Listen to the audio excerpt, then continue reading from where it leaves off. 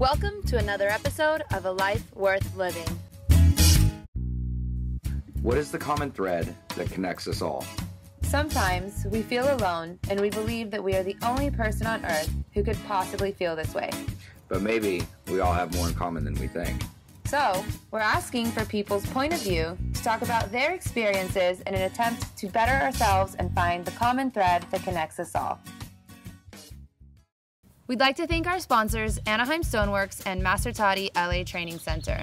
Hey guys, welcome to a new episode of A Life Worth Living. I'm Sophia Silva. And I'm Jason Wahler. We have a great guest here today. We have somebody that I've got to know over the course of the last couple months who's a true leader in the recovery movement, really trying to make a change here. He has a lot of aspiration, a lot of hope.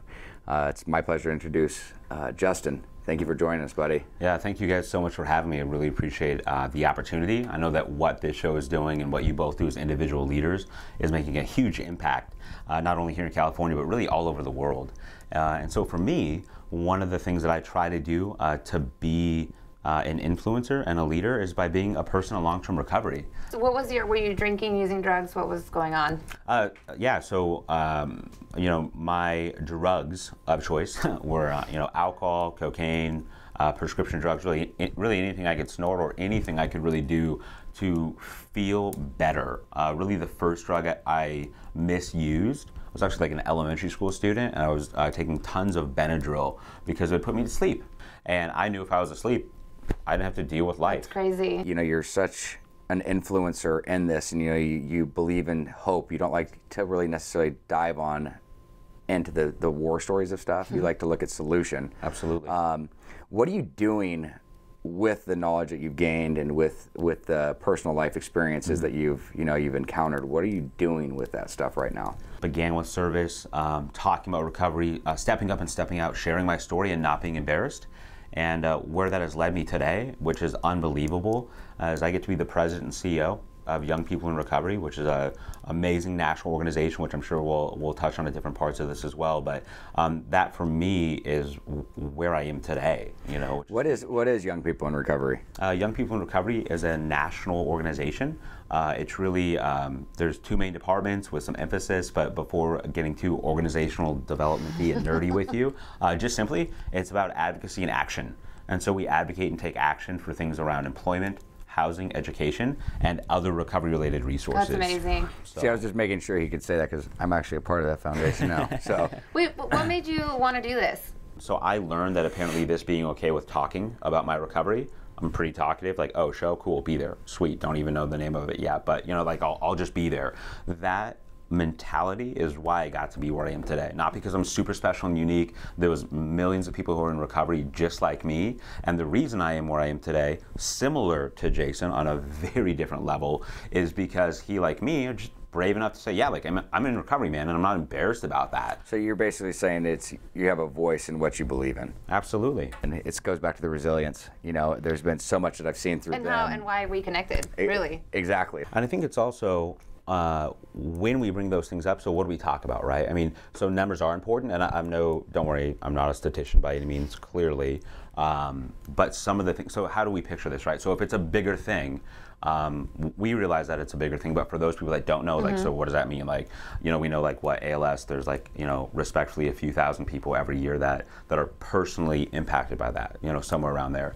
To compare that to addiction, we know that there are, just in opiate addiction alone, there's close to 144 people that die every single day just from opiate. You know what that breaks down to? Every 10 minutes someone's passing away.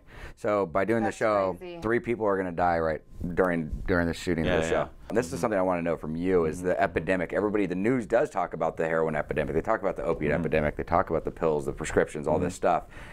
How much do you have to really talk about it? And I mean, what does that even do anything? Right. That's a good question. It is not working. So we know that by lifting up, even when we have famous people of high platform dying, the American public says, yup. And no movement happens. No. People don't say, oh my gosh, we have to do something about this. It's the silent, stigmatizing, tacit acceptance that people are dying every day. And so what the focus is, so again, because I'm a big Hope guy, right? I mean, I named my daughter Hope, for crying out loud. I mean, that's her middle name. I mean, that changed my life, you know? what we do know that does change stigma is when we lift up like amazing looking dudes like this guy that are successful and say, actually, just so everyone knows that's watching and hears about what we all do, this is the face of recovery. Like a role model. It's talking more about hope than loss, because the reality is people know that people are dying. They may not know that 144 stat, but another stat comparatively, and trust me, we'll talk, and these are the only 2 stats I have, don't worry. The other big stat to take into consideration when we look at the addiction crisis, whether it's the opiate crisis or addiction overall in this country, is that every single day, 23.5 million Americans are choosing recovery. This is what we don't talk about, is there's actually more people choosing recovery than are even dying every day. But that isn't sexy, that isn't cool. One would think that screams hope. That's hope right absolutely. there.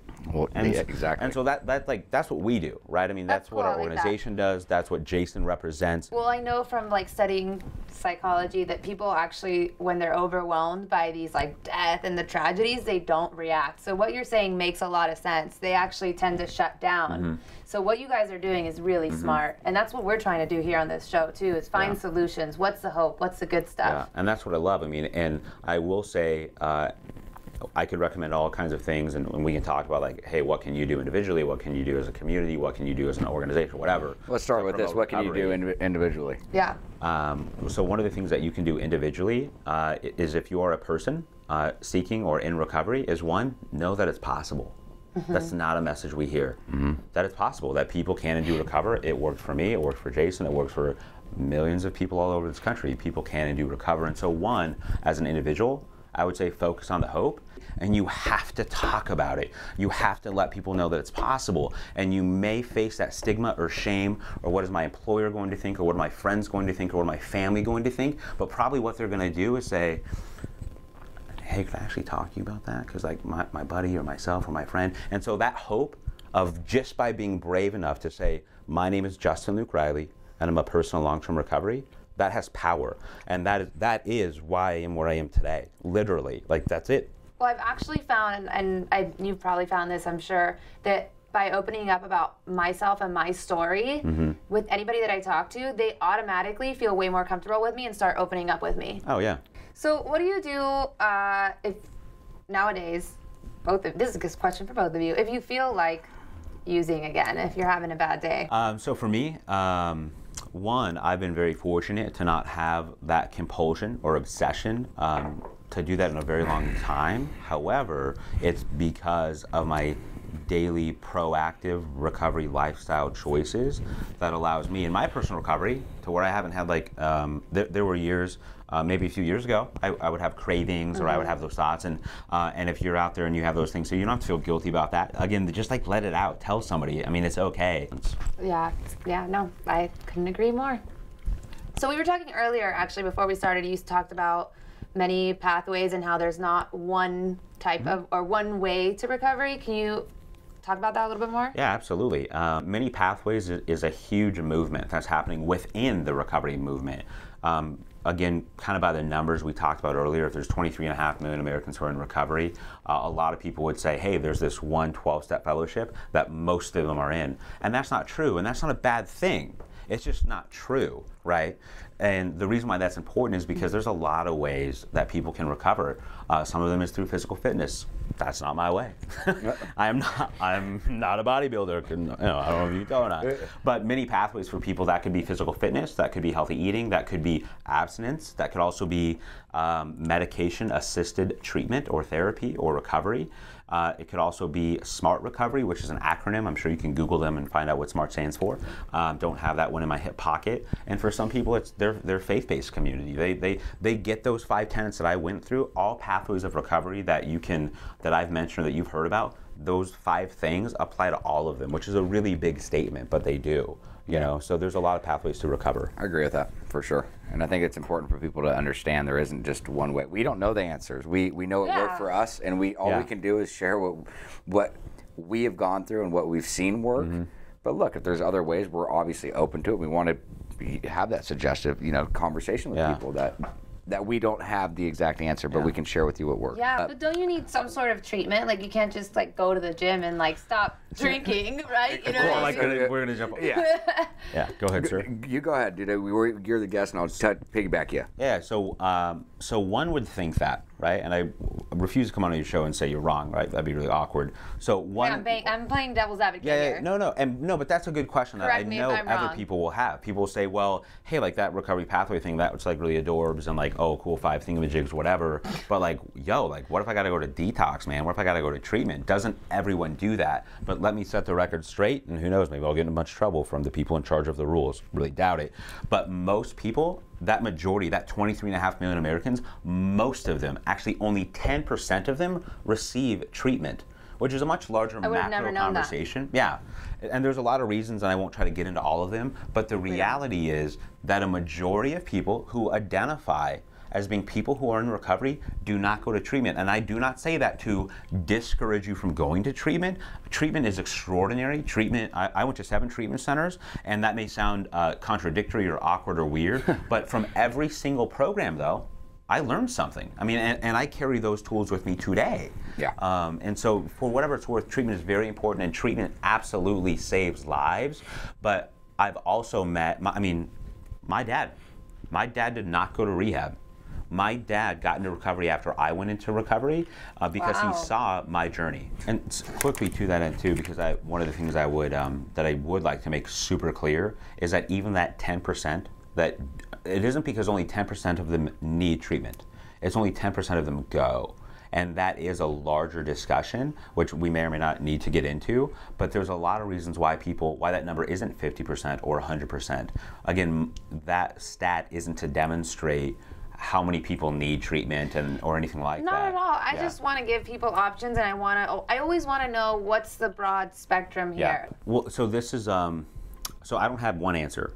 Most of my answers are multifaceted. I know, right? I try. Not really. No, so very, very basic. People are different. They need different types of treatment.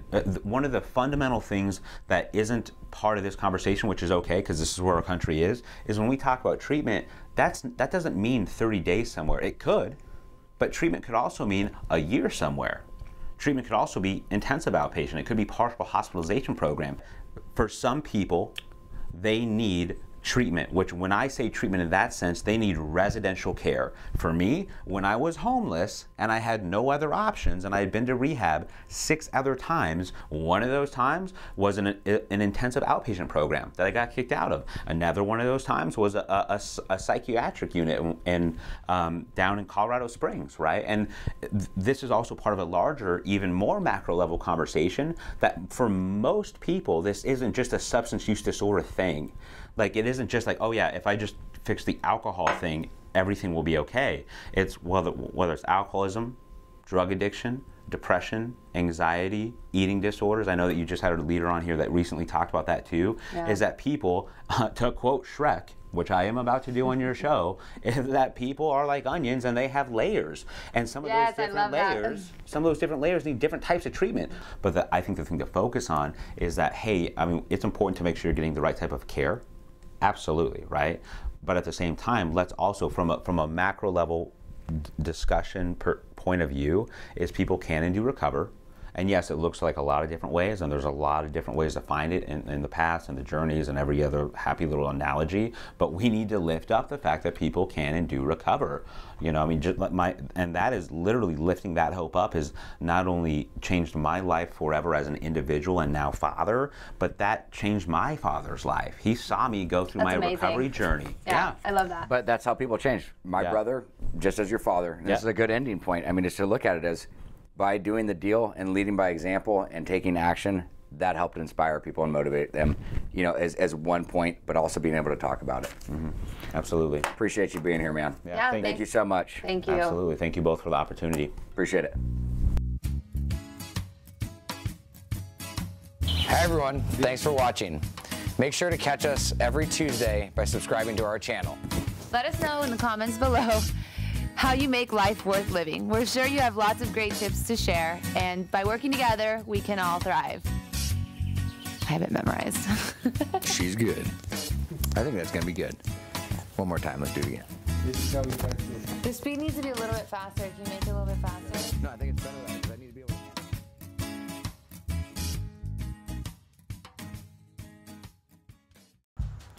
We'd like to thank Anaheim Stone for making this show possible. Nothing says luxury like enhancing your surroundings with natural quality stone. Master Toddy LA Training Center offers authentic Muay Thai training with locations in Bangkok, Pomona, and Anaheim. For more information, visit mastertoddyla.com.